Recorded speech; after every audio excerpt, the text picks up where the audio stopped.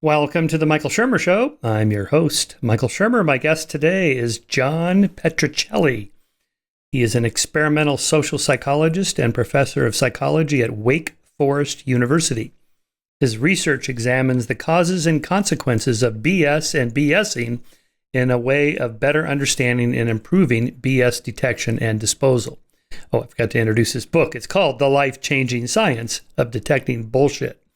So bullshit, believe it or not, it's now a technical, scientific, scholarly field of study. And it's important because we're surrounded by bullshit.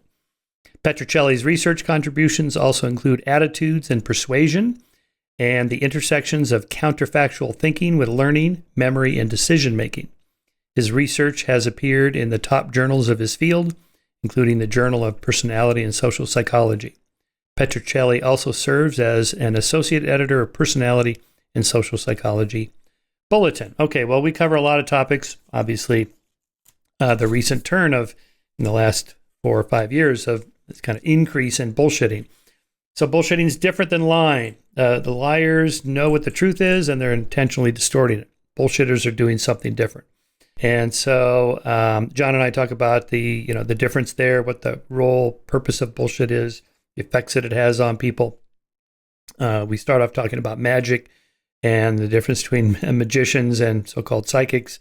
And then we enter into, much more serious topics of, how do we know what anything is true? What's the basis of reliable knowledge and belief in anything? And so, of course, we delve into the vaccine hesitancy and what we can do about that, how to talk to somebody who is vaccine hesitant. What do you say? What kind of questions can you ask? And just apply that to any kind of conspiracy theories. We talk about Christopher Hitchens and some of his principles of thinking critically, the replication crisis in the social psychology and social sciences and medicine.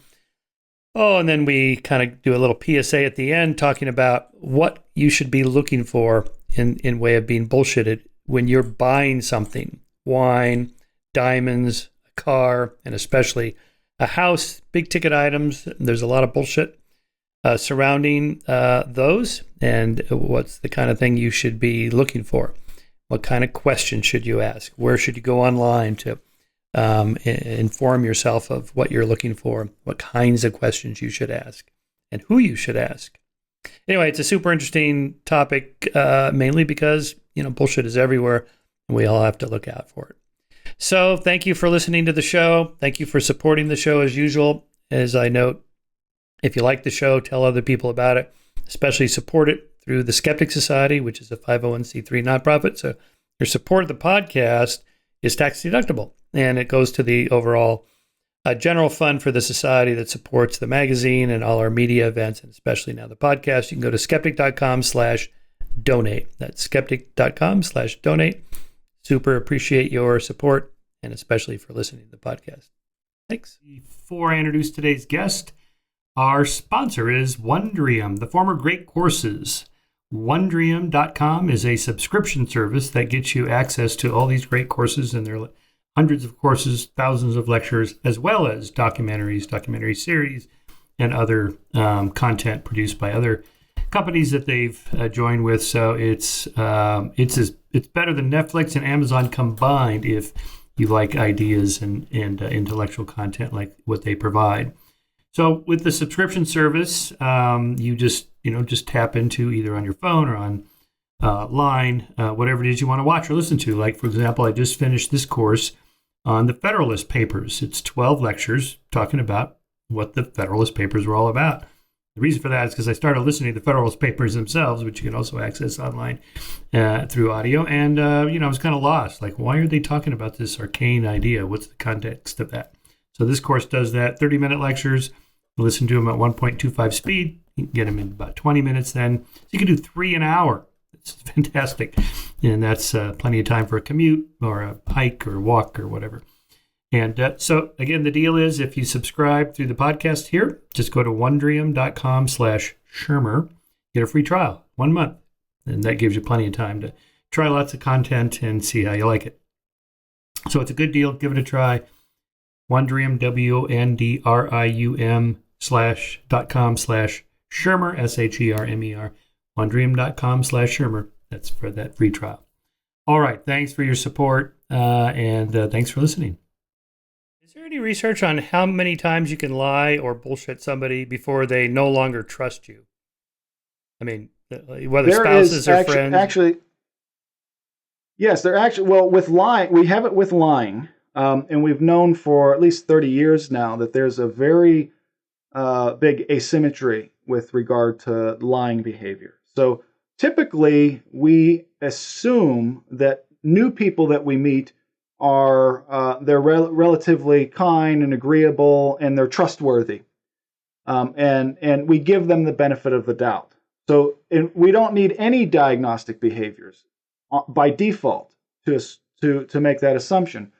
But a single dishonest behavior, a single lie, now we've labeled this person, they're dishonest. They can't be trusted.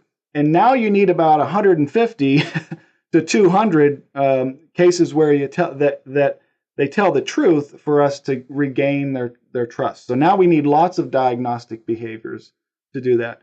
With bullshitting, I'm not. I don't want to give you an example of what it is that I'm ultimately hoping to reduce in interpersonal communication in society.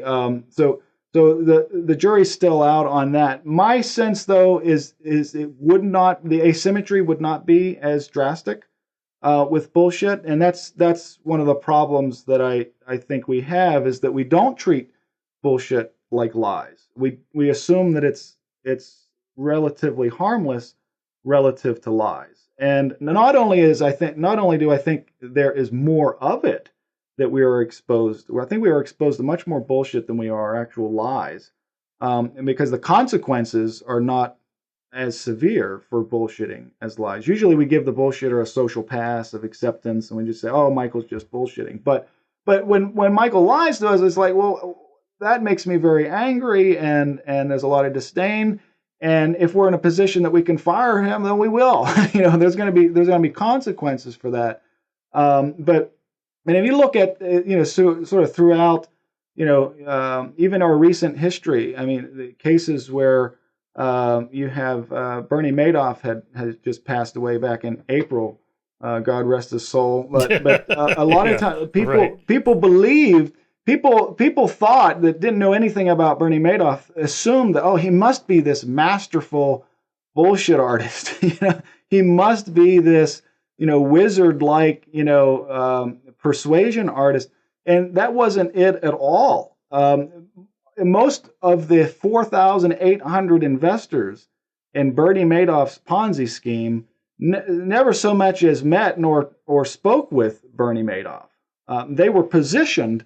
They put themselves in a position, which I've used the term bullability. They've put themselves in a bullable position where that not only is it that they're credulous, but that they are not picking up on the cues. They're not picking up on the basic scorecard and the basic data that would, if you looked at readily, it would have been very, very obvious to almost any investor that there's no way in the world that a hedge fund could perform at the way that it did, sticking only with the S&P 100 and S&P 500 stocks. It's just impossible for 18 years. Right, so right. I've argued it's not so much the harm of bullshit is not so much the influence that bullshitters have in their influence and their persuasion ability. It's that most people are already sort of geared towards bullshit, because if there's something in there that they like or that they would prefer to believe, it's very easy to disregard truth, genuine evidence, and established knowledge. It's very easy. It takes work. Critical thinking and scientific thinking takes work, and in most cases, people are just not willing to do that. Or they don't have the time or the resources, or they just don't know how to check it. Here in the case of Bernie Madoff, he was running an affinity scam. So, he was prominent. He's Jewish and prominent in the Jewish community in New York. So a lot of Jews who did not know him know somebody that knew him, or know somebody that knew somebody that knows somebody that invested in him. And enough people actually did get paid off. They made money. He sent them checks all the way up really till the end. I forget who that guy was. He borrowed like $250 million from to make a final payoff to see if he could stave off the catastrophe. This was in 08, 09 during the market crash, because if the market had bounced back fast enough, he may have been able to keep it going That's right. a little bit longer. So here you have social proof. Well, I know somebody a friend of a friend, they made money, and I saw the check. Oh my God. And that nonprofit Jewish group, they've been sustained for years on their investments through Madoff. Why do I need to call the SEC and ask, have you guys investigated? I don't even know who to call. I'll just here's my money, right? So you get some kind of an effect like that, and so they're sort of self-deceived, I suppose, but without maybe the resources to check that. That is hard to check. It's like, how can I really know for sure that climate science is, really confirming that global warming is real and human caused? I've seen the papers. People send me these papers. They're pretty technical. These computer models, these massive mathematical equations. I'm a social scientist. What do I know? So when I say I accept climate change as real and human caused, I'm kind of signaling I trust science. The institution usually gets it right, and there's thousands of climate scientists. They don't know each other. They work in different fields. They're not collaborating in some scam or con, to destroy the American economy or whatever the conspiracy theory is. I'm just sort of saying I think I trust that. Or case of climate skeptics, they just say, I don't know, these authorities, they lie to us, and, these scientists are biased with the left wing, and so on. And they don't know, the people like me that accept it don't know the science really any better than the conservatives who reject it. None of us know much about it. So it's really more of this kind of social process, which is, your area of expertise there. Yeah, well, I do think that sort of our education system really needs to start working in this critical thinking and scientific thinking skill. It's not something that comes naturally. It's something that needs to be trained. And over 30 years ago, a researcher by the name of Marcia Baxter Magolda at Miami University of Ohio, she did a longitudinal study of the same college students for all 4 years. So she interviewed them, freshman, sophomore, junior, senior year, and she asked them the same questions each time. It was a qualitative longitudinal study. And what she did, she also asked them, what are your beliefs about where knowledge comes from? Where does knowledge come from? In their freshman year, they were still at the point of thinking, well, knowledge and facts, information, all of that comes from the authorities. It comes from the textbook. It comes from, I'm supposed to be a sponge and just take it all in, and it was belief based and fact based, right? So, but by the time they were seniors, okay, 4 years later, they were just starting to realize that, well, knowledge is actively constructed, that it's built, that they also have a role in developing what we believe to be true, and scientific facts and what's supported by evidence continually evolve. So something, this is one of the reasons why I tell my students in psychology, even in judgment and decision making, usually they're seniors in my course, and I tell them probably about half of what you're going to learn in this course is not true, is not correct. But we don't know it yet. Maybe in 5 or 10 years from now, we will know better. But it's an evolving science, right? So, but I think what has to happen is you take basic things like the idea I think you're referring to, the consilience of inductions and the convergence of evidence. I always thought that is the very, very best reason to believe anything, if you've got it. If you've got independent, lines of inquiry, and even better yet, from multiple fields that don't communicate very well together, they're coming to the same conclusion, and they're leading to the same same kinds of findings over and over again, that's a pretty good reason to believe something. And I think that's perhaps in one's critical thinking that would be probably the most compelling piece of evidence if you've got that. You don't always have that for every issue, but if students were practicing that kind of thing in their freshman and sophomore years of high school as opposed to just college, I think we would be doing much better. It's the education system is usually 20 or 30 years behind the research literature. I mean, if you ask even elementary and high school teachers today what they think of the testing effect, or since so many people are turned off by the testing, they say students are tested too much already. So they changed the cognitive researchers changed it to the retrieval practice effect. If you ask teachers about that they look at you like you're from Mars. And I say, well, do you realize one of the very best ways to learn and retain information and to not forget the information that you first recall is to take a test, to take a practice test. So I tell my students in my courses, I say, get together with 3 or 4 other students in class and all of you create a practice test and then trade. And then I'm like, you'll remember the questions that you designed. You'll remember the questions that you got feedback on, that you got incorrect. And it's a wonderful way. It's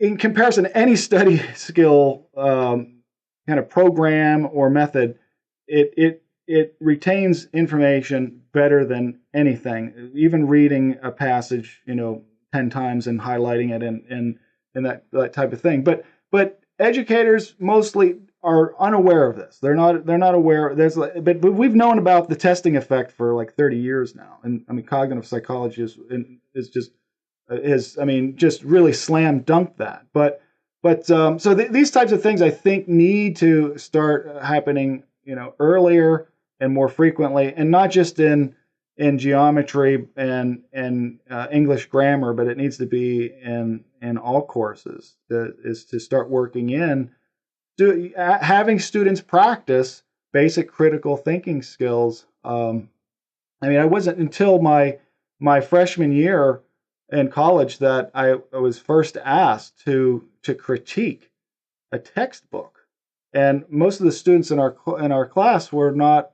We were like, critique the textbook. We're like, and all the professor wanted us to do was to give our opinion about even the quality of the paper, the pictures, how much content there was, what is it easy to read, that kind of thing. And none of us gave what he had asked for. But it was the first time I remember somebody asking me, like, well, what is my opinion, and is it well informed? Is it or is it just, and so all the way through, basic education, you don't get that. You're just pumped with facts and belief based. It's not a practice of inquiry. What is your opinion then of testing like SATs and GREs and standardized tests and that sort of thing, which, as you know, are kind of on the way out because of political correct reasons of racial group differences in SAT scores, for example. So let's just get rid of the test. And as you know, there's a lot of pushback from the other side that's going, oh, this is a disaster. We got to test. Mm-hmm. But I think this is not what you're talking about, right? You're talking about mastery of modules or units of information, which you do constantly. The big SAT test is something different.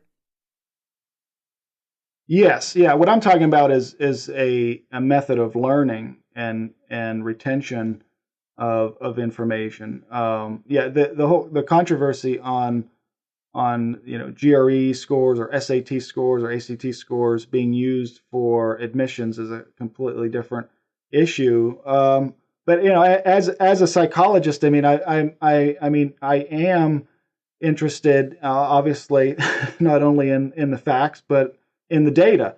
And the data do suggest that it's not the end all be all, but it is somewhat correlated with performance in college and ability to learn. Now, if even in the cases where you said, okay, well, the variation in performance that can be statistically explained by the SAT, for instance, is only 4%.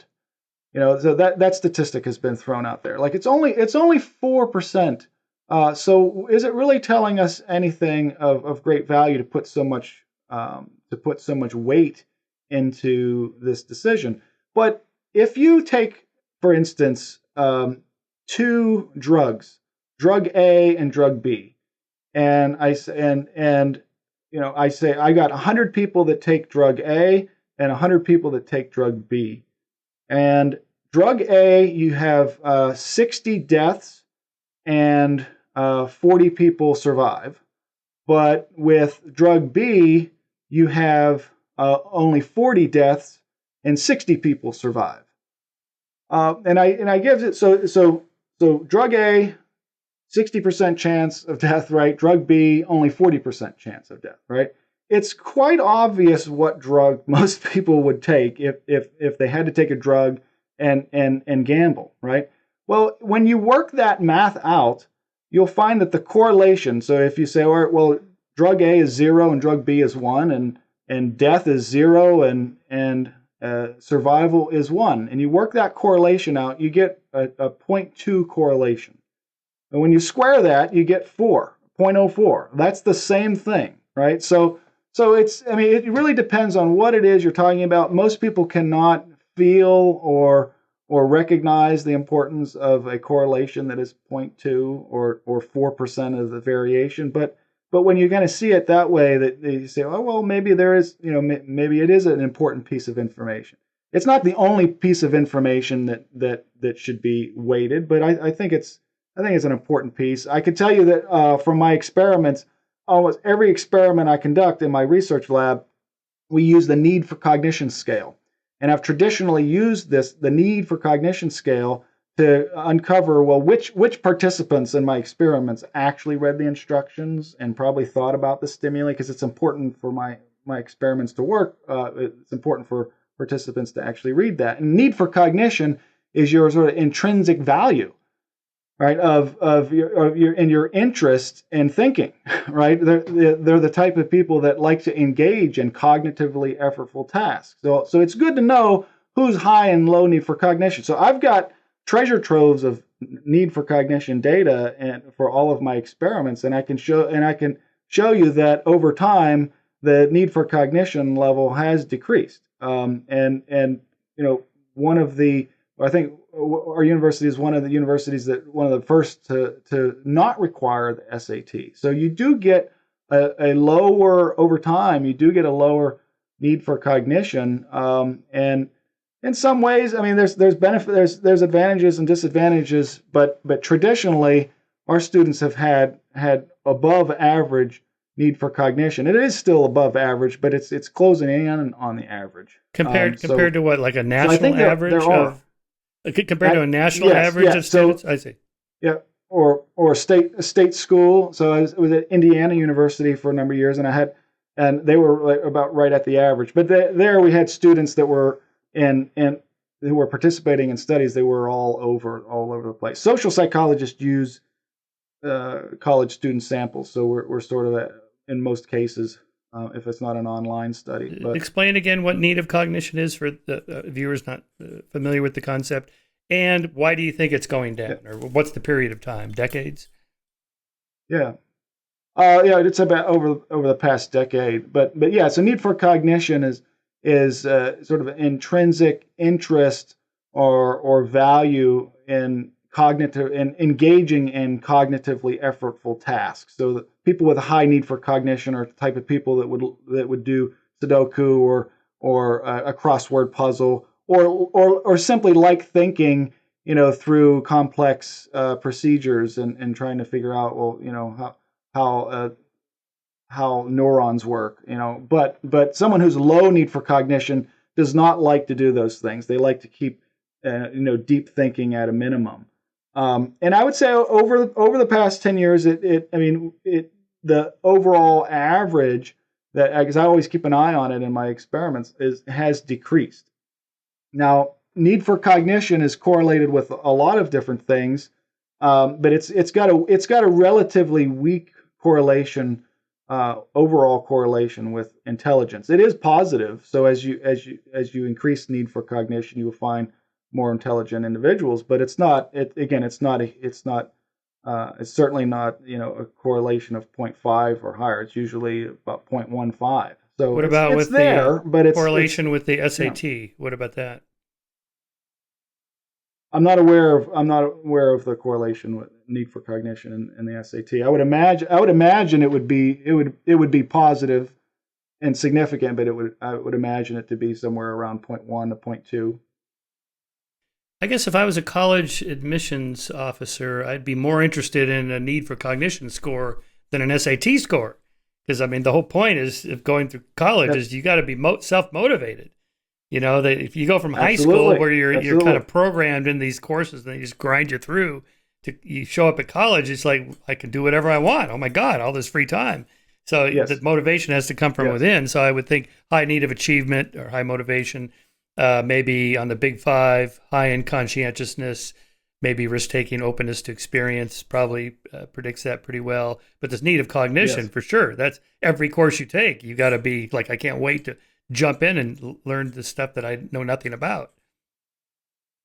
Exactly. Yeah, graduate students that I interview, I ask, so what kind of vehicle? If you could describe your work ethic with a vehicle or an animal, what would you be and why? Because I tell students afterwards, I said, because I'm more interested in the reliable, efficient Honda Civic, than I am the work really fast and speedy and kind of sounds and looks impressive Lamborghini.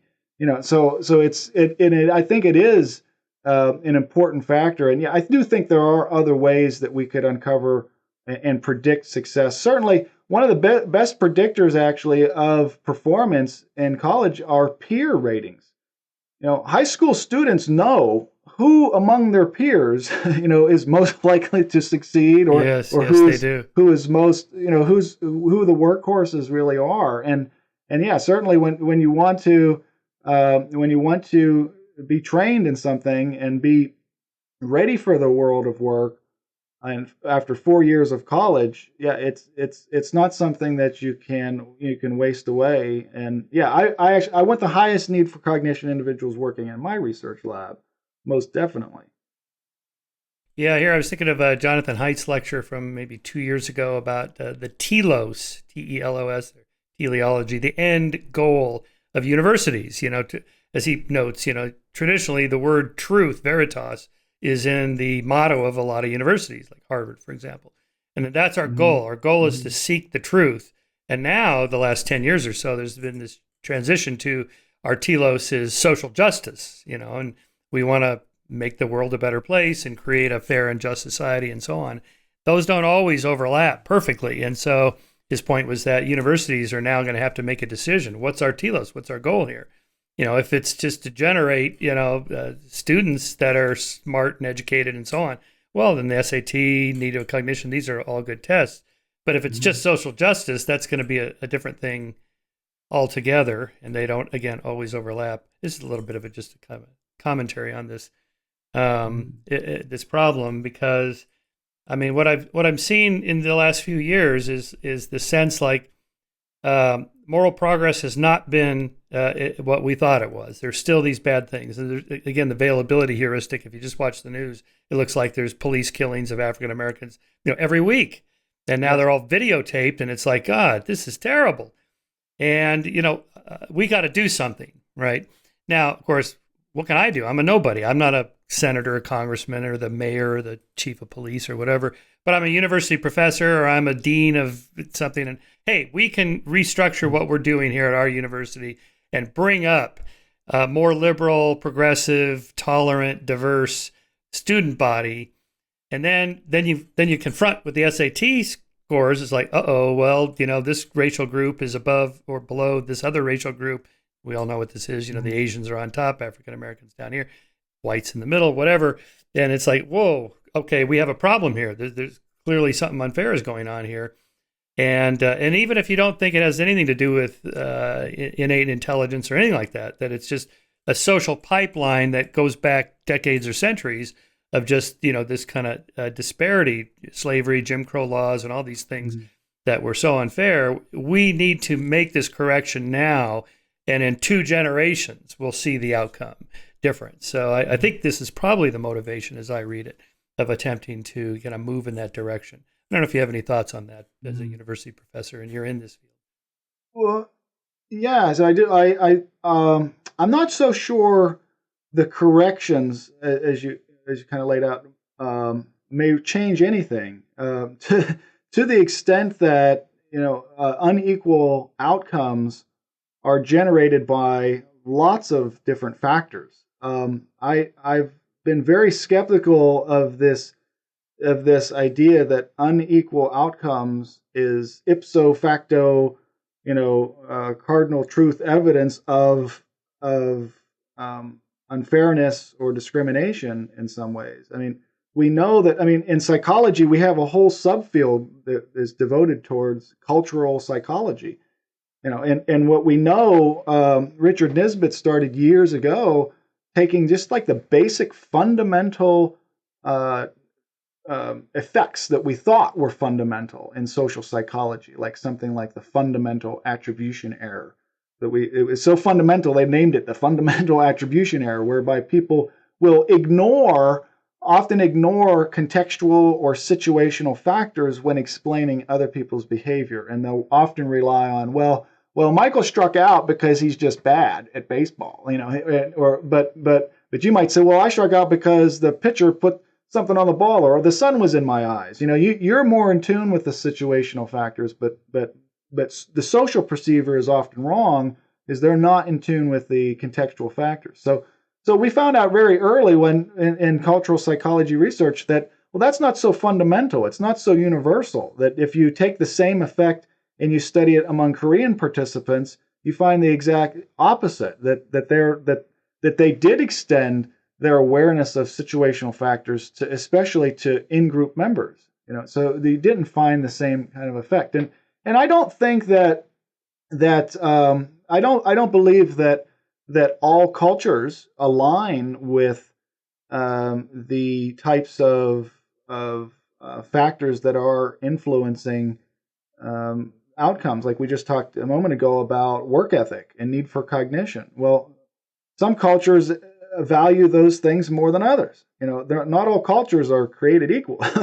And so I'm not sold on that. I would rather a larger discussion with attention to the data, to readily available data, or towards getting the data that we actually need.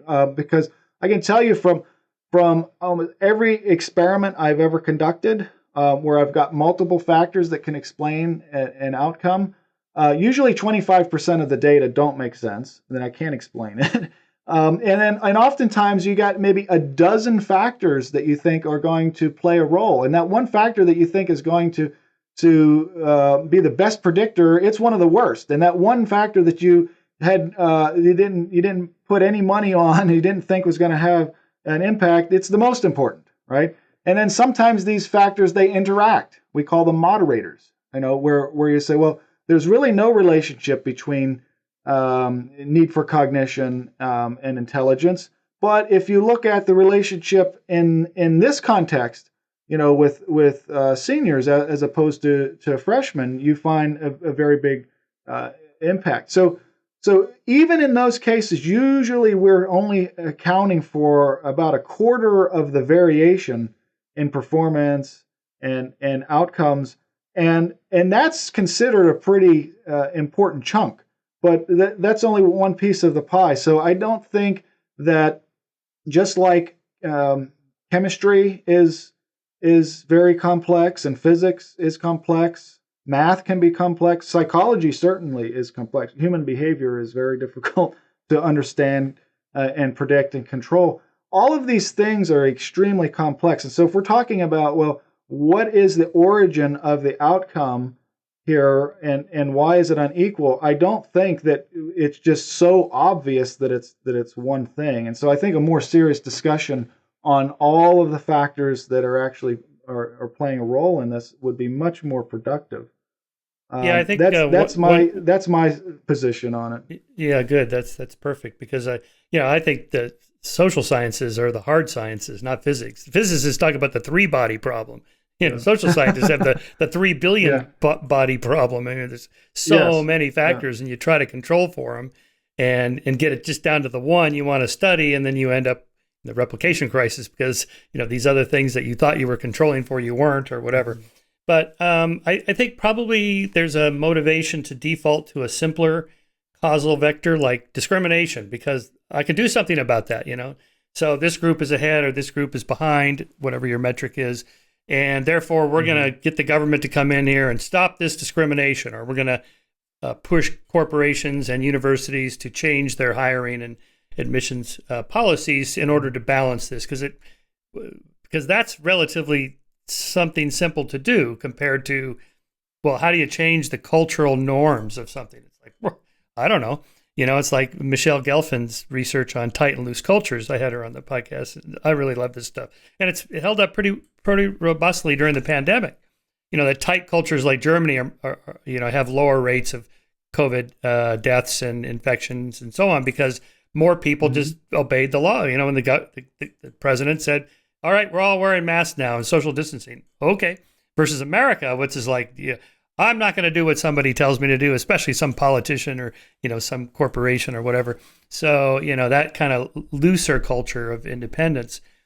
But how do you change that? It's not like I can, just pass some law. If there's say discrimination in real estate, mortgage loan rates because of redlining back in the 50s and 60s. Well, that was outlawed. That's discrimination. Okay, boom. We did something about that. But if you talk about like, well, Asian American cultures are different because they have these kind of cultural norms or standards of lots of books in the home, lots of reading, tons of homework, and so on and so on. And these other groups, however we want to define those, they don't have that. Well, what can you do about that? And then you get conservatives saying, well, these are family values. This is what we've been talking about, for centuries. And you liberals, with your ideas about, there takes a village. Villages don't raise children. Families raise children. And so then you end up in these culture wars, right? that flame out on Twitter. And but if you said, well, what could we do to change that? Nothing. I don't know. It's such a big thing. The government can't come in and go, well, we think family values are good, so we're going to do. Well, there's nothing to do other than maybe you give people a tax break if they're married, which government already does that. They just take the withholding out of your paycheck is lower if you're married than if you're single, for example. So I think that's the government's way of saying we think families are good, but that's about as far as we're going to go. Anyway, I'm kind of rambling here on this because it's a thing I've been thinking about a lot about. In the Harvard case where the Asian students sued Harvard, and let's see, they lost, but it's on appeal now, if I recall.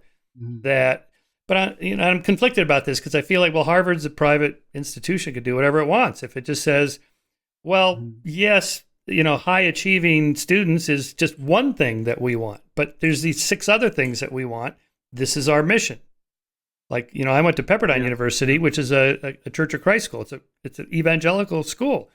This is built into their mission, so they wouldn't hire me now because I'm an atheist. It's like that would kind of go against their mission, right? So they can discriminate in a way. Like, well, we're not hiring atheist professors because that goes against what we stand for. And I would say, yeah, that's okay.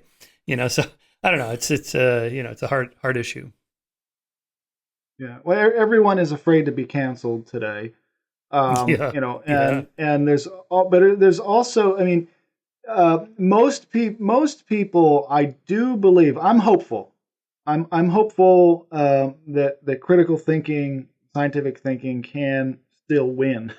But I think the very, very first thing that I think people must realize is that they often sort of operate as if they're prisoners of the confines of their own personal and professional experience, all the way from the carpenter to the physician.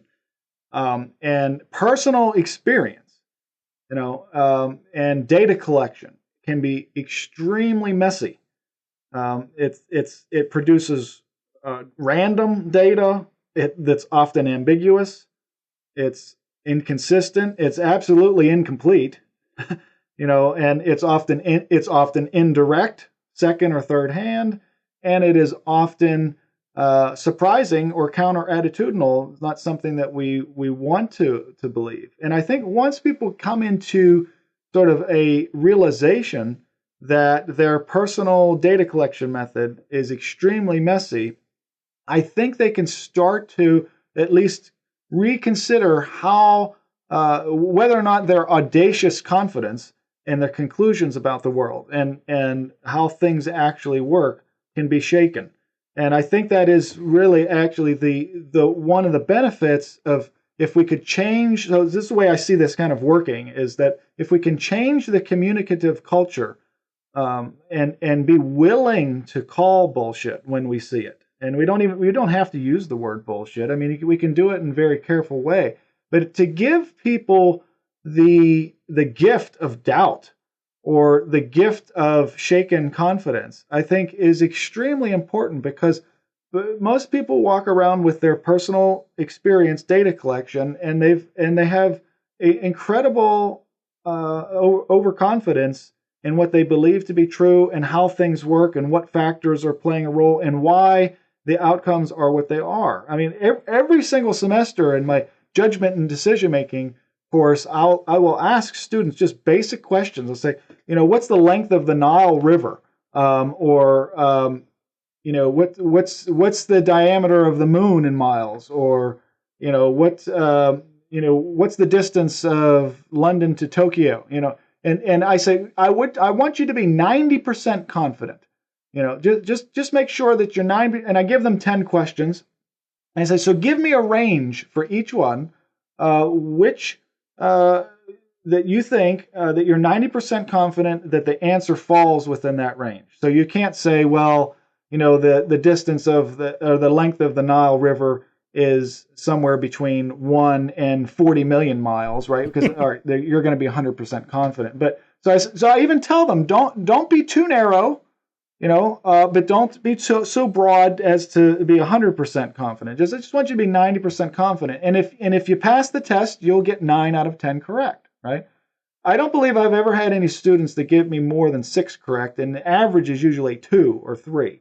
And so this is an old test, easy to replicate, just on basic things that people can easy things for people to think about, and they're often overconfident. And the problem with sort of bullshit communications and reasoning, I believe, is that the people who feel that they're most, they're readily armed and equipped to detect bullshit when they hear it, are oftentimes the least competent.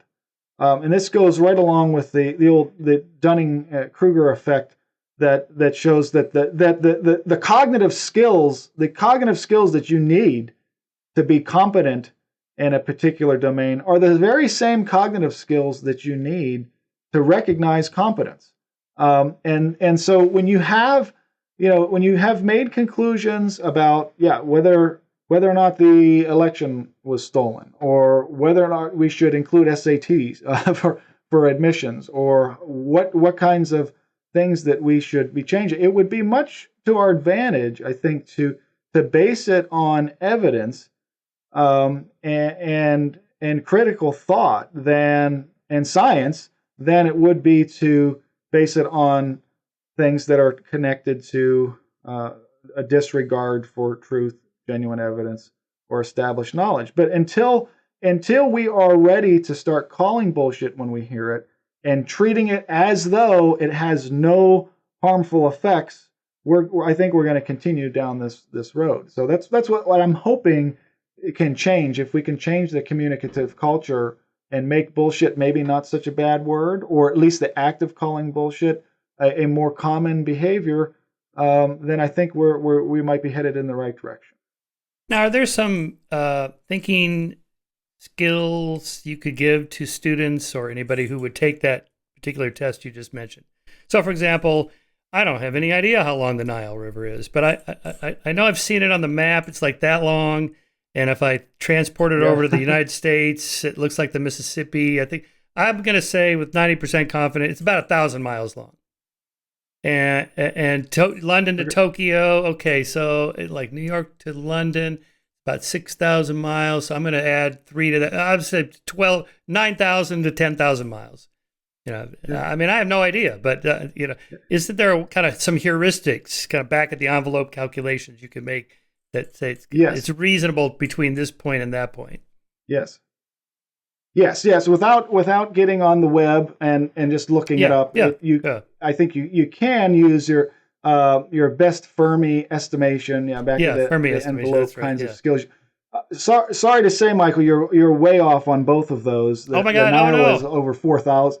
It is. The Nile is over 4,000 miles. Wow. And Tokyo to London is like 6,000 miles. But 6,000. Yeah, you can't. I mean, to work in what you already know, I tell students in my JDM course, I say, what is the circumference of the Earth in miles? I tell them, you actually know this. You don't know that you know it, but just think through it for a few minutes. And then if no one's coming up with anything, I said, well, how many time zones are there? And have you ever traveled? Most of my students have traveled at some point, have you ever traveled from maybe, the East Coast to the West Coast? How long did it take? How many miles? So once they start to figure, oh, okay, yeah, there's 24 time zones, and the difference in our hours right now is 3. And so that's 3 time zones.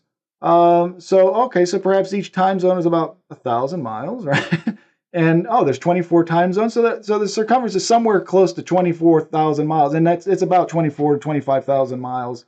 And those types of instances, I think you can use what you already know to kind of make reasonable inferences, to take educated guesses as to things like that. But I think in dealing with bullshit, especially coming from someone who can communicate with, the very, very best tactic is to simply ask questions.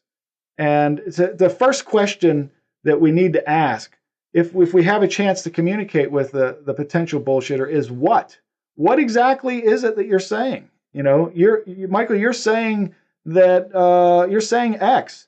What I hear you saying is X, or is what you are saying, blank. And to clarify what the claim is, and what will often happen is bullshitters will sort of take a couple of backpedaled steps and they'll start to clean it up, because now they're like, oh, okay, someone is actually interested in what my opinion on this, and they may actually start to listen to what they've just said, and oftentimes I find that clarification is a great antidote for bullshit, and they'll already start to clean it up for you. And then once you get what out there, then the best question to ask is how. Okay, so don't listen to Simon Sinek on this and start with why. Okay, start with how. How is it that you've come to that conclusion? How do you know that the process works like this? Or how do you know this is true? If you ask why, usually what you'll get is an abstract kind of construal, and you'll get sort of people will talk about their values, and they'll tell you about reasons why they believe what they believe, but they won't tell you sort of the process and how they know, and they won't offer up evidence. All right, so if you ask how, you'll get a more concrete level of control, and people will tell you that if they have any readily available evidence from memory, or that they can get their hands on, they'll offer it. And then if you get through how, then you should ask, well, what have you considered any other alternatives to X? I hear you saying X. Well, what about Y? Have you worked out that conflict? Have you reconciled these differences? And if you get through these 3 questions, they're really all designed to help you diagnose the motives of the communicator. You can help you diagnose their actual interest in truth, genuine evidence, and established knowledge. And that's probably the quickest way to get there. And to just to be actually genuinely interested, not to have an agenda not to have, to prove something otherwise, but just to simply get out on the table. And once people talk about it, we have just treasure troves of studies now in psychology that show if you ask people to simply explain what they think they know, that will oftentimes kick in critical thinking and most often will sort of reduce the confidence that they actually have, because people oftentimes overestimate what it is that they think they know. I mean, we've got lots of old studies on I know Peter Boghossian calls the unread library effect, which we often call the illusion of explanatory depth, where people often think, well, just basic things like, oh, of course I know how an automobile works. Of course I know how a vacuum or a flushing toilet works. And you ask them to, well, can you explain how those things work? They realize right away that they really don't understand all of the details and mechanisms for how those things work. And again, that's a great gift to give someone, to the extent that it has an influence on the decisions that they make. By the way, I really love that conjunction fallacy. So just to put a fine point on that, the events have to be independent of one another. So for that probabilistic thing to happen, right? So, for example, I use this to debunk the 9/11 truth claim that it was an inside job, and what we were witnessing was the intentional demolition of the World Trade Center buildings by explosive devices. Okay, so even setting aside how they would have gotten into the buildings with all that security, broken through all the drywall to plant the devices around the supporting pillars under the cover of elevator repair and all this crazy conspiracy stuff, we know for sure that the planes hit the buildings. Although I have to say parenthetically that there is a group of no-planer 9/11 truthers. There were no planes. These were all holograms created by videos that the media was in on it and so on. But that would just add another level in the conjunction fallacy. So what you're talking about, what's more likely, that the planes hitting the buildings brought the buildings down, or that the planes hitting the buildings and the explosive devices were planted? The probability can't be both of those. And we know the planes hit the building because there's video of it. And you'd also have to, so you could add a third one, that the people who planted the explosive devices would have had to know in advance which floors the planes were going to hit, because the collapse, you can see on the video, the collapse begins at the floors where the plane hit. And the planes didn't hit like that. They hit like at an angle. So they would have had to know that the plane wings would hit between floors 89 and 110 or whatever. And that people planning the devices the months before would have had to know this. And of course, that's impossible. So you just have layers and layers of conjunctions. Probabilistically speaking, it's impossible. So you don't have to know anything about thermite or nanothermite or super secret, super nanothermite stuff that was used to destroy the building. These conspiracy theories just go on and on and on. Or that how somehow the hundreds or thousands of people that would have had to been involved, orchestrated by Bush's cabinet, how would they do this without people hearing about it? No one ever wants to go on 60 Minutes to tell the truth about what they heard or saw or did. And on and on and on. It just can't be true. It's just virtually impossible.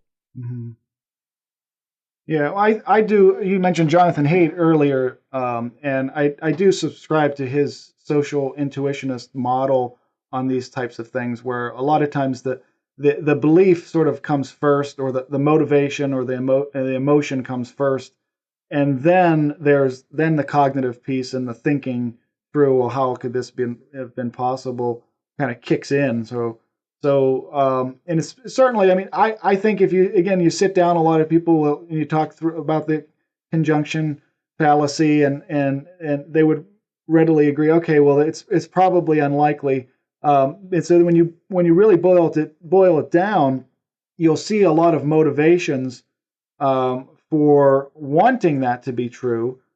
Because it could potentially get them the outcome that they wanted, right? So, I mean, the sort of the riots that we saw on January 6th on the Capitol, and at least the videos that I saw, a lot of people standing around thinking, okay, well, now what, right? But yes, right. But a lot of people, a lot of conservatives also did condemn kind of breaking in, the people that broke into the Capitol.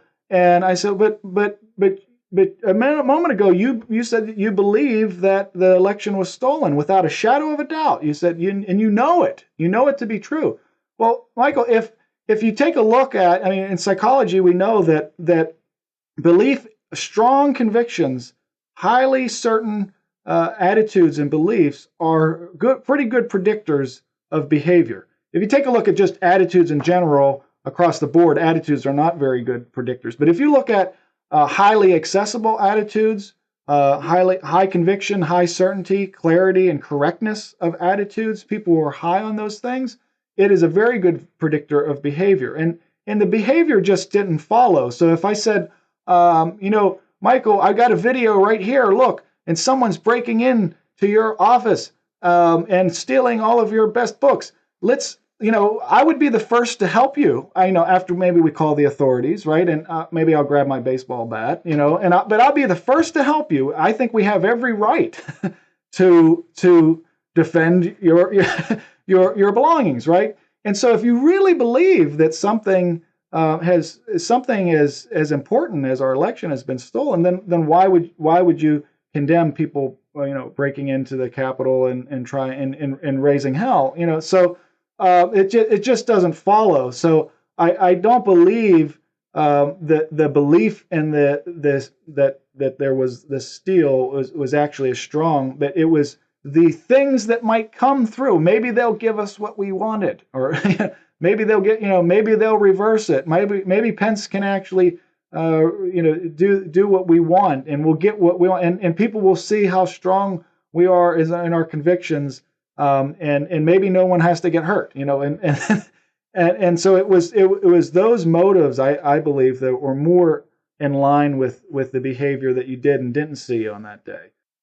Well, certainly, yeah. The alternatives to evidence and the alternatives to reality can have a very big effect on what people think actually occurred. I think even if you think about, the Trayvon Martin case, I remember the judge had said, there's no racism, there's no racist or stereotyping involved in this case. I'm not sure where she was really going with that, but that she wanted to dismiss that wasn't part of the case at all. But I believe that part of what was going on in the minds of the jurors was what's the likelihood of alternatives to reality? So the defendant is saying that, well, my life was in danger, right? And well, what is the likelihood that his life was actually in danger, right? So George Zimmerman argued that there was a gun, but but it was his, and he shot Trayvon Martin, but he had all these bruises on the back of his head, and the jury just had to believe that Zimmerman his life was actually in danger. So I believe they used the stereotype of a young black kid out, kind of loitering at night. And they used the stereotype of, the punk kid who's out, and they said, yep, I think Zimmerman's life was in danger. But if Trayvon Martin was a white female who knew karate and could take care of herself, right? And everything else being, equal, I don't believe the jury would have easily run through this mental simulation to say, oh yes, Zimmerman's life. Nobody brought up the possibility that, well, maybe Trayvon thought Zimmerman was going to rape him, but they would have thought that if it was a female, right? And I mean, so the mental simulations that people run through their minds on what actually occurred can affect the outcomes. And I think, again, the evidence that is before the jury should be paramount, not so much these mental simulations that are drawn in one's mind, given some of the facts of the case. So, but I'm with you. I certainly believe that conspiracy theories today, they don't really remind me of the conspiracy theories of old. But yeah, I do think that there has to be sort of an admittance of a real deficit in critical thinking skills today, and And I think if we don't promote that and at least have hope in that, then we're going to continue to see these ideas that people, just like you mentioned earlier with Ted Cruz, just kind of throwing shit at the wall and seeing what sticks. We're going to continue to see that. So, and especially when people publicize their beliefs too, because we know with like all of the early cognitive dissonance research, if you publicize your beliefs, it's very, very difficult to go back. I mean, the two most probably powerful motives, I would say, that we've uncovered in social psychology is one, the motive to be correct, and the second, the motive to be consistent. And those two motives can conflict with each other, especially if someone sends a tweet or a Facebook kind of post and says, well, here's what I believe, or you publicize that even to friends. And this is why we don't tell you don't want to ever tell your friend that you're on a diet, right? Because they're going to be the first person to hold you to that and keep you accountable. Hey, Michael, how's the diet going? And it's just very difficult to go back once you've publicized your beliefs. People will oftentimes double down on that, and it's not helpful. Yes. Well, although you do want to do that if, as a form of motivation, you want to hold yourself to that standard. So you tell as many people as you can, I'm going on this diet, you post it. There's even some sites where you give them money, right? And they won't give it back if you start smoking again, or you don't lose weight or whatever. And it's kind of a way of saying, I know future Shermer is going to be weak. So current Shermer is going to set up the configuration for the future that he can't back out. Something like that. Yeah, you could use it successfully. Yes, you could. And that might be the very thing that motivates you to get to the gym or bike or whatever it is. Yeah. But the vaccine hesitancy thing is a case study in this. That people say, well, I've been reading stuff, or I heard about people get seizures or heart attacks from the vaccine, and there was 3 cases over there. I saw one on the news. It's like, but have you seen the 600,000 people statistic that are dead? So you have the tiny little fear of vaccine side effects here, and then you have the massive thing. It just seems like it's just such an obvious comparison. And when we're recording this right now, the first week of August, that the Delta variant, it's clear now that if you're vaccinated, there's like a 99.99% chance you won't die from COVID if you get it, and you probably won't even be hospitalized. But if you're not, there's a good chance if you get it, you will be hospitalized and die compared to the vaccinated people. Yes. Yet people have the hardest time just making that comparison. So I've been posting stuff on Twitter like, okay, last year, 38,500 people, 680 people died of automobile accidents in the U.S. And in that same period of time, in 2020, it was, I think, 385,000 died from COVID. So it's a order of magnitude difference. And yet people just get in their car and they just drive off, no problem. They don't give it a second thought. There's no driving hesitancy, but there's this vaccine hesitancy. What is the psychology of that?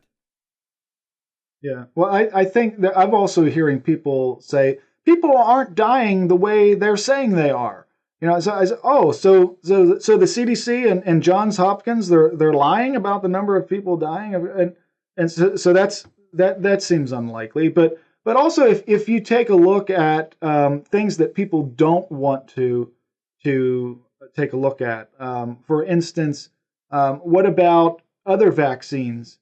If you take a look at yellow fever, smallpox, or polio, those vaccines usually, if they had any rare side effects, usually they were discovered within 6 weeks of vaccination. Right. Well, since December up to now, I think we've had so many hundreds of millions of people that have been vaccinated, and the rare side effects are not showing up, because the question is, well, what are the long-term effects? That is probably if there is a compelling argument for not getting vaccinated, that might be it. But certainly after 2 months' time, this is why the U.S. FDA waits 2 months after approving an emergency vaccine to determine whether or not there's going to be any rare side effects, because they usually show up in the first 6 weeks. So it's just, I think it's bullshit reasoning, Michael. It's not wanting nor having any interest or attention to truth, genuine evidence, or established knowledge. And it's just not, it's not a good way to think. I mean, being so closely married to our bullshit preferences, whether or not they be tied to our identity, just this aversion to the truth is it comes at it comes at great costs.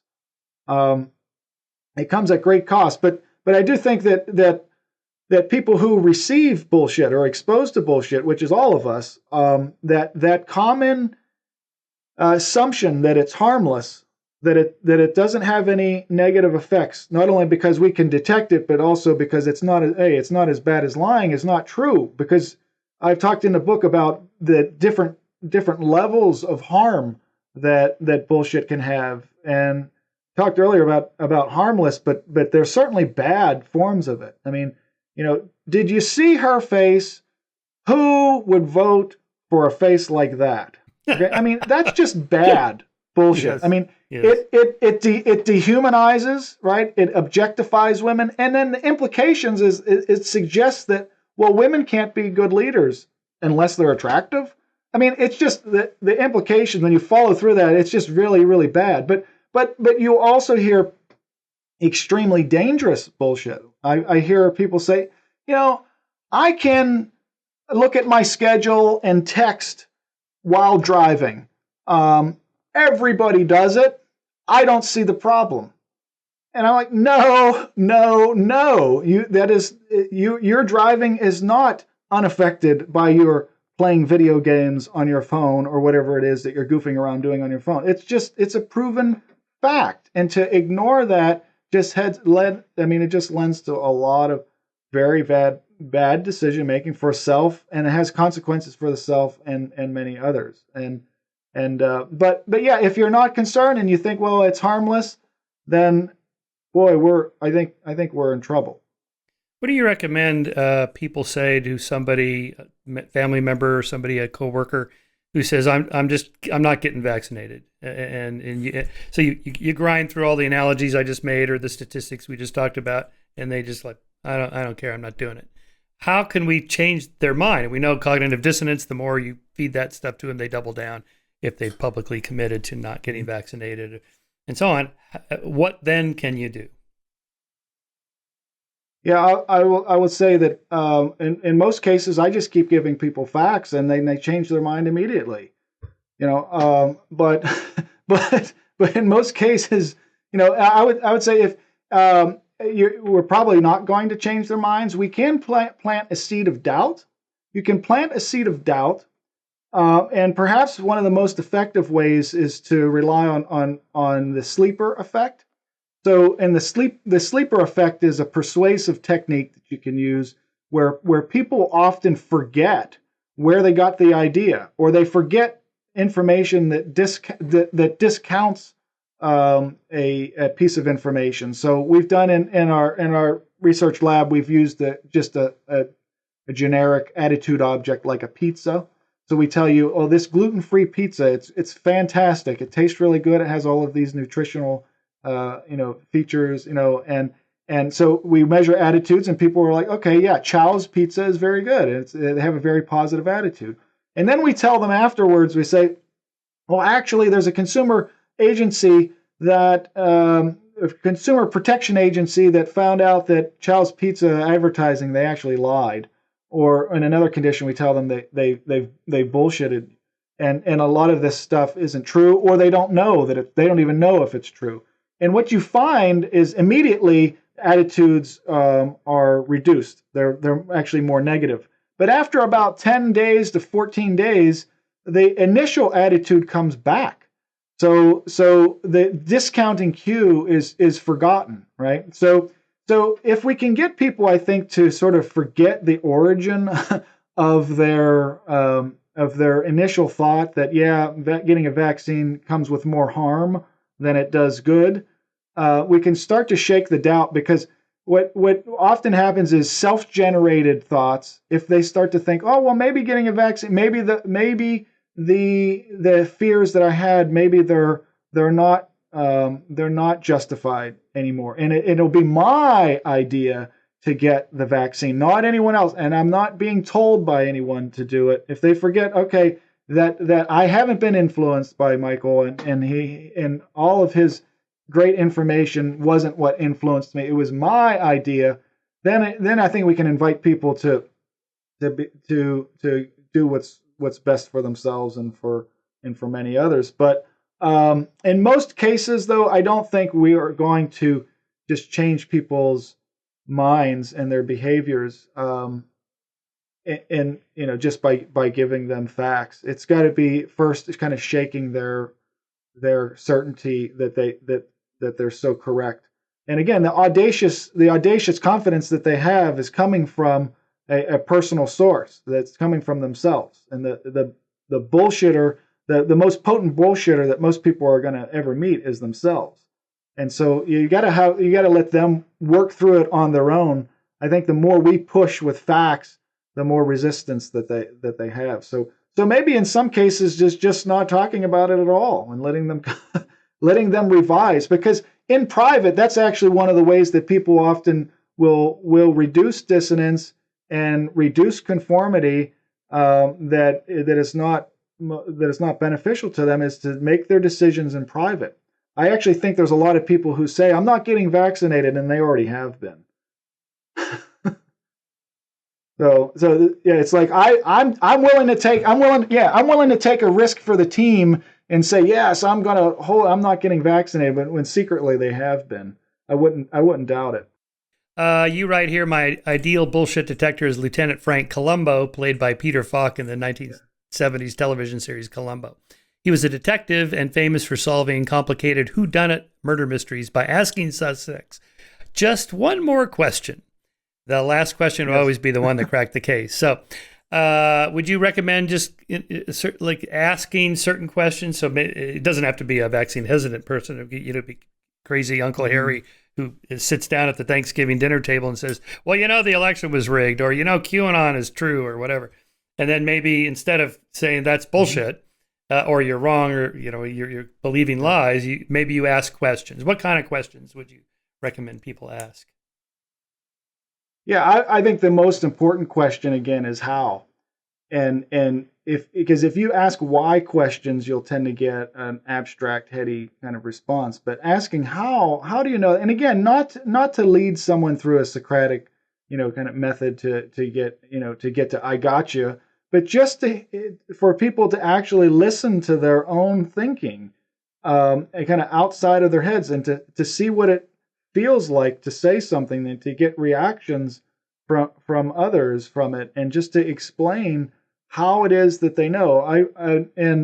In regard to the January 6th Capitol riot, I had asked a friend who was convinced that George Soros and Bill Gates were paying people to do all of that. I said, I asked the how I asked the how question about 6 times, and it finally got to, well, I guess I don't really know. I don't know how they did. I don't know exactly. Maybe that's not what actually happened. But I think asking as many follow-up questions as you can, and to get to the potential inconsistencies that people have. I recently had an electrician come to my home, and I don't know anything about electric, and he said that I had to have the entire breaker box replaced, and it was going to be like a $2,000 repair. And I thought that we only needed 2 breakers replaced, because when we switched them, a little spark came on, and I thought, oh, that's got to be dangerous. And it turned out we had a GE breaker box with Eaton breakers. So it's apples and oranges. Any electrician will tell you that there has to be a perfect fit. Anyway, I just learned that because I asked so many questions. I said, let me see. And he said, there was actually damage to the box. I said, oh, show me. I'm concerned, And I just played dumb, which I was, and confused, and I wanted to know more. So after about 30 minutes of asking him questions, he realized I was going to get a second opinion, and I wasn't going with their plan. And it got to the point where he's coaching me on how to speak to not only the next electrician, but also the home warranty representative that I would have on the phone, because it turned out that our home warranty actually did cover electric and AC, and I wasn't even aware of that, and then which I should have checked in the first place. But he's coaching me on what to say and what not to say, and and he said, don't tell them that it's a mismatch, because it'll be then they'll say that it's an inappropriate installation. And so I just asked so many follow-up questions to find out, how well has this person actually figured it out? And once they hear themselves kind of speak, then okay, yeah, there's really not any damage to the breaker box at all, and the case is very different. So I think just talking with people, and now there's certainly lots of cases where we are exposed to bullshit that we don't have the opportunity to communicate with the bullshitter. And in those cases, other than sending perhaps an email, you're going to have to figure it out for yourself, and you're going to have to turn those questions back on yourself. Well, who is giving me this information? How do they know it? What is their level of expertise? What are they trying to sell me? What might be their agenda? Asking those basic questions, turning them back on the self, will be more useful, even sometimes, because oftentimes when you communicate with a bullshitter, you just get more bullshit. You just keep getting exposed to more and more of it. So yeah, it's just simply asking reasonable questions that come to mind in situations that you suspect, well, maybe this is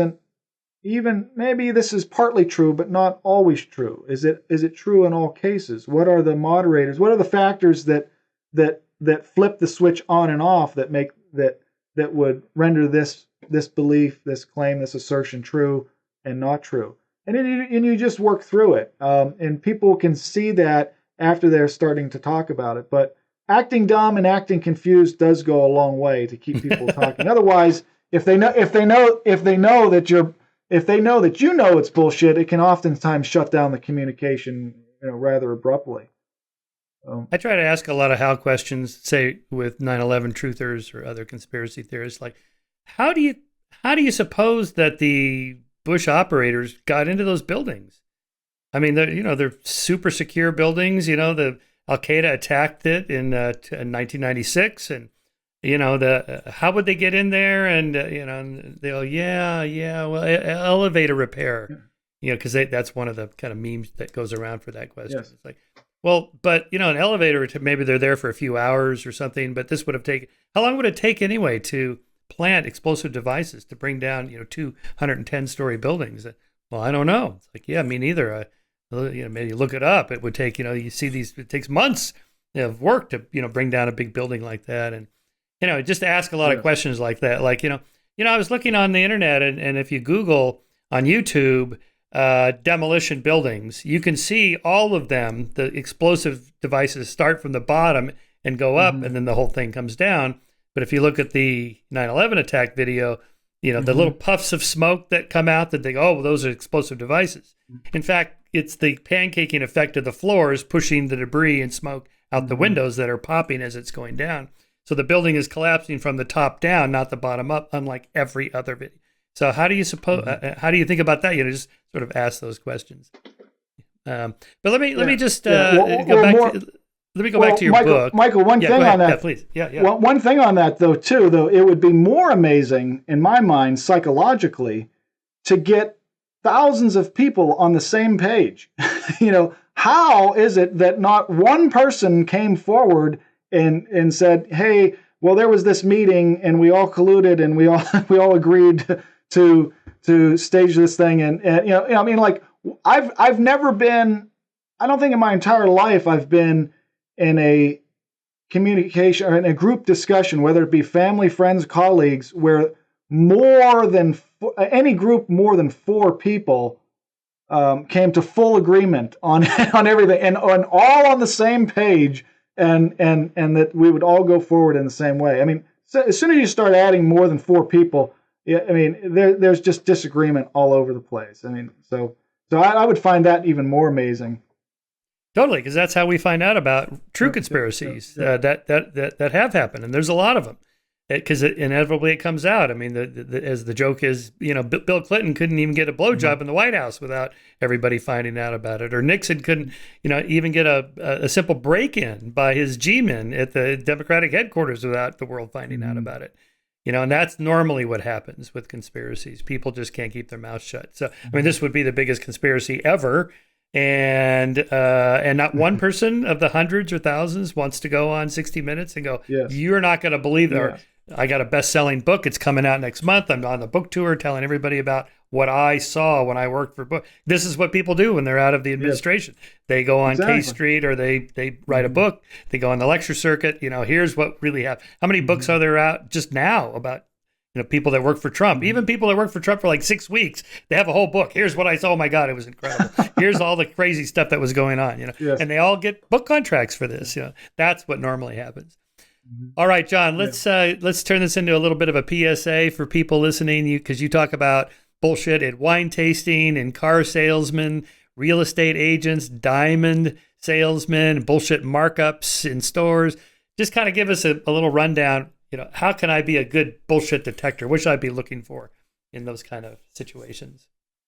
Yeah, I think anytime that anyone is going to try to sell you something, whether it be a belief, an idea, or a product, it is best to have a healthy attitude of skepticism and to turn on the critical thinking skills 101 checklist, because you will be exposed most definitely to communications that have no connection, no link at all to truth, genuine evidence, or established knowledge. So probably in every walk of life, it's a good mode. Now, obviously, not every day of our life are we going to be able to use these skills. We just don't have enough time to critically evaluate and analyze every single piece of information that, every assertion that we are exposed to. But the things of importance, my rule personally is, if it costs more than $100, then okay, I'm going to take a look. And actually, a lot of times, if it's even $50, I'll say, okay, well, let me understand this. What is it? How is it going to make my life better? What is it going to help me do? What kind of problem is it going to solve for me?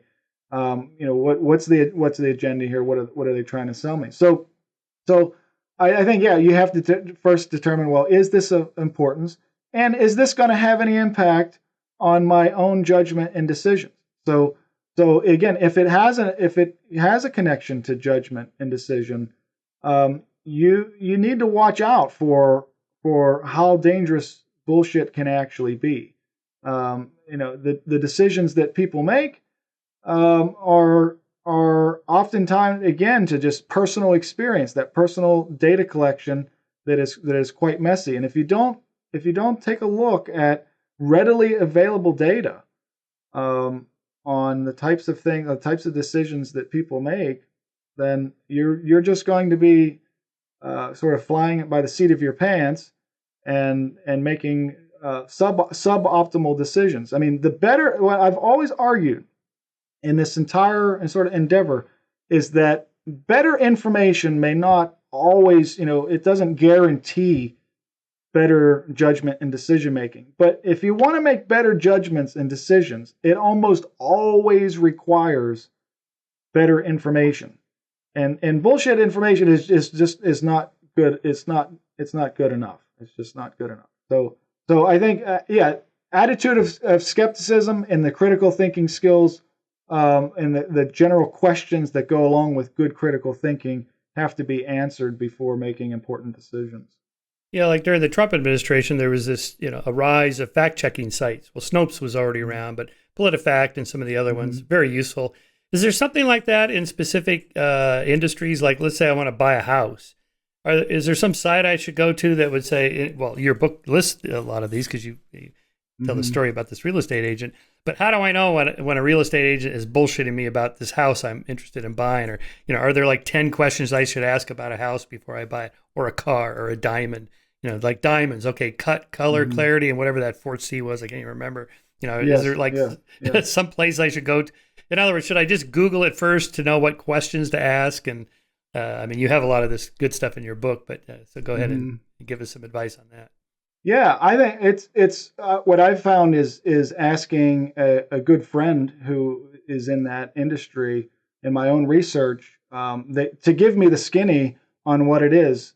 They don't have to know that you're on the market for a car, a diamond, or a house, but just ask, and again, somebody with a level of expertise that is going to speak honestly about their industry. What I've found is most people, in their specialty, they're proud to talk about what it is that they do, and they have. That's their livelihood.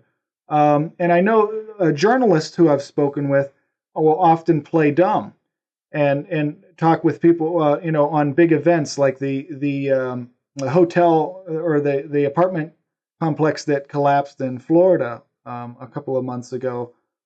Speaking with a couple of journalists on there, they want to know, okay, what actually happened. And if you go in there and you talk with the demolition crew and the firefighters and the first responders, and you act like you know everything, they're not going to give you much information. But if you just say, I'm interested and want to know the truth, what can you tell me? You get much more detailed and important information about the actual event. And so I think if you have the chance to do that, especially on big ticket items, to ask someone with expertise who's not motivated just to sell you, a house that you can't afford, you're going to get what I've called better reference points and standards of comparison to make those judgments. Like, we don't know that a house is expensive or a great deal unless we have a valid standard of comparison or reference point for making that judgment. And quite frankly, experts are oftentimes they're just as susceptible to those to the same errors that we make if they're motivated to make a sale, or if they're motivated, to influence someone in a particular direction. But when all of that is out of the way, I think you get a more honest picture of the things that we should be thinking about to make a decision. Certainly on big tickets, or decisions like whether or not I should get a vaccine or not. So is to just talk honestly with experts, because certainly, to do otherwise may take you. I'm not arguing that you need a PhD in psychology or statistics to incorporate good critical thinking skills and scientific thinking, but that in each area it might take you 5 or 6 years to generate the same level of expertise. But to ask experts who are not trying to sell us something, I think it goes a long way in helping us make the right decisions. Yeah, when I bought the house I'm sitting in now last September, almost a year ago. I remember we were the first to make an offer. No, it was the first day that it went on the market. So I made an offer that was like $100,000 less than they asked. And then the realtor immediately comes back and says, well, I just got a full rack, an offer for the full rack price. I'm like, damn. So now I got to come. Then I thought, how would I know if he got an offer for full rack price? And so I had my realtor, talk to this guy personally. Are you bullshitting us? Because if you are, then I'm going to know, because we work in the same business up here in Santa Barbara and so on. Yeah. So, I finally determined, okay, I guess it's not a bullshit thing, because I've read Robert Cialdini's books, and I know all about, the principle of scarcity and the higher price draws you up, the higher price of bottle of wine. They always put that super expensive bottle of wine on the menu so that you'll order the next one down, which if that was the highest one, you'd order the next one down. I always feel like I'm walking into a trap designed by people like you that know how to, kind of manipulate me. Not you personally, but, marketing people and social psychologists who study this. Those are the kinds of things that is why it's useful to read books like yours and Robert Cialdini's book there, because there's a lot of this that goes on, not just by professionals, but the madmen of the 50s, they kind of invented this whole field of, A/B testing. Let's try this manipulative strategy. Let's try that one. This generates more sales, so we'll do that one. People don't even know this is going on.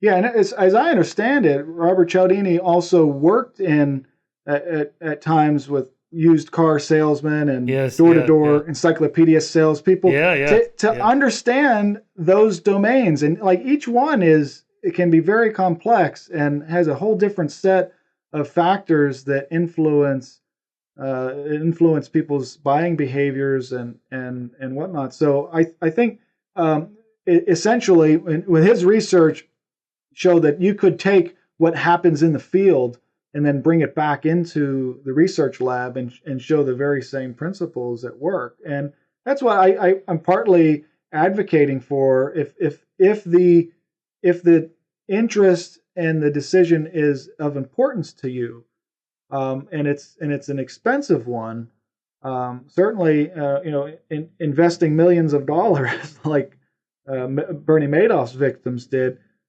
it's something that you should take a couple of extra minutes to interpret and analyze and evaluate before you make that decision. And if we don't start to do that, and we sort of ride based on what we want to be true or what we hope to be true, because I would love to be able to invest all of my money and make 10% interest, month to month or as well, but it's not going to happen. So there you have it. Yeah, that's right. Yeah. Sitting behind me here, behind the computer here, I have the entire collection of the great books of the Western world, which I got for free when I bought the Encyclopedia Britannica, the special green leather-bound edition, and the salesman threw in the great book. I no longer have the Encyclopedia Britannica because I got Wikipedia, I got the internet. This was like back in the 1980s. I got these books, so for a while, after the internet picked up and then Wikipedia, I started using the encyclopedias as stacks of books to put a glass table on as a coffee table, and then that became impractical, and I bought a real coffee table, so I ended up getting rid of the encyclopedia. But if you do the calculation, it would have been cheaper if I just bought these great books and the lower cost encyclopedia. But I thought, ooh, the green leather bound, it smelled so nice and it looked so good on my desk, and then I got these for free too, and I ended up spending more money. Anyway, it's a trivial example, but it's kind of funny how that works. So well, I've been a victim of that myself. I don't even want to tell you. I mean, I'm surrounded by books here that half of which I don't really need, and I'm a stickler for that too. I know. Well, loss aversion, right? That losses hurt twice as much as gains feel good. So I don't want to get rid of that book. I may need it. Absolutely. I have books here I haven't looked at in 10 years, probably. I have shirts I haven't worn in my closet for 5 years. It's like, but I might wear it, So anyway, all those cycles. Yes. John, this is great. Your book is really important. I hope everybody reads it because there's a lot of bullshit out there. And so tell us what's next on your research agenda. What are you working on now or next? Yeah, I think I've not started a second book, but I think that if I do, it will probably be and sort of applying a lot of this to management and business decisions. There's a ton of bullshit based on what people believe to be best practice, and you take a look at how best practice is actually developed, how it's discovered, and how it's maintained. Is just a big mess of bullshit, and I think I've been delving into a lot of that lately, and I think there might be a book there, but yeah, other than that, I would also like to go back to normal. I mean, I'm just an old professor, does research, social psychology research, and it would be lovely just to go back to normal and go back to my experiments and without masks, hopefully. So. Right. Yes. Yeah, indeed. All righty. Well, this is great stuff. Thank you again. Thanks for coming on the show.